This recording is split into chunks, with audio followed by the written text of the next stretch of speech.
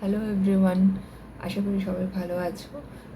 আজকে ডিমের কুসুম নিয়ে বহু মানুষের প্রশ্ন থাকে যে ডিমের কুসুম খাওয়া উচিত কি উচিত নয়, সেই প্রসঙ্গে একটা ছোট ভিডিও করছি।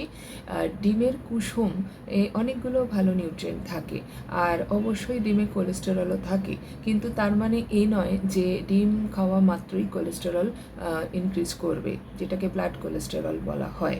অ্যাকচুয়ালি ডায়েটারি কোলেস্টেরল এবং ব্লাড কোলেস্টেরলের মধ্যে যথেষ্ট তফাৎ আছে।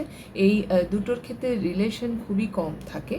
যে কোনো ননভেজ প্রোডাক্ট এবং দুধে কোলেস্টেরল থাকে, কিন্তু সারা দিনে একটা ডিম খেতে পারেন সবাই, মানে উইথ ইয়ক। তবে যাদের কিডনির সমস্যা আছে বা যাদের ডিমে অ্যালার্জি থাকে তাদের একটু বিশেষজ্ঞের পরামর্শ নিয়ে খাওয়াই ভালো। এছাড়া সবাই খান, কিন্তু দিনে 5-6টা ডিম এগুলো খাবেন না। যারা জিম করেন তাদের জন্য উপযুক্ত নয়। ওকে, টাটা।